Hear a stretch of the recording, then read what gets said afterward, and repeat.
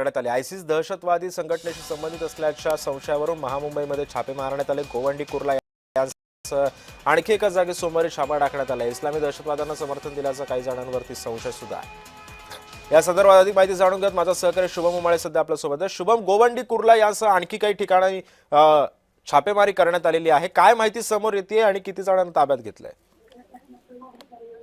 सिद्धेश, खरं बघायला गेलं तर महाराष्ट्र दहशतवाद विरोधी पथकाची धडक कारवाई ही सध्या मुंबईमध्ये झाली आहे।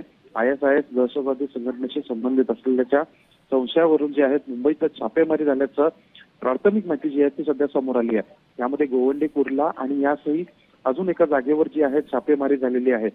इस्लामी दहशतवाद्यांना समर्थन दिल्याच्या काही जणांवर संशय जो आहे तो देखील या पथकाला आहे आणि त्याचमुळे अनेकांना अटकेची कारवाई करण्यात आली आहे।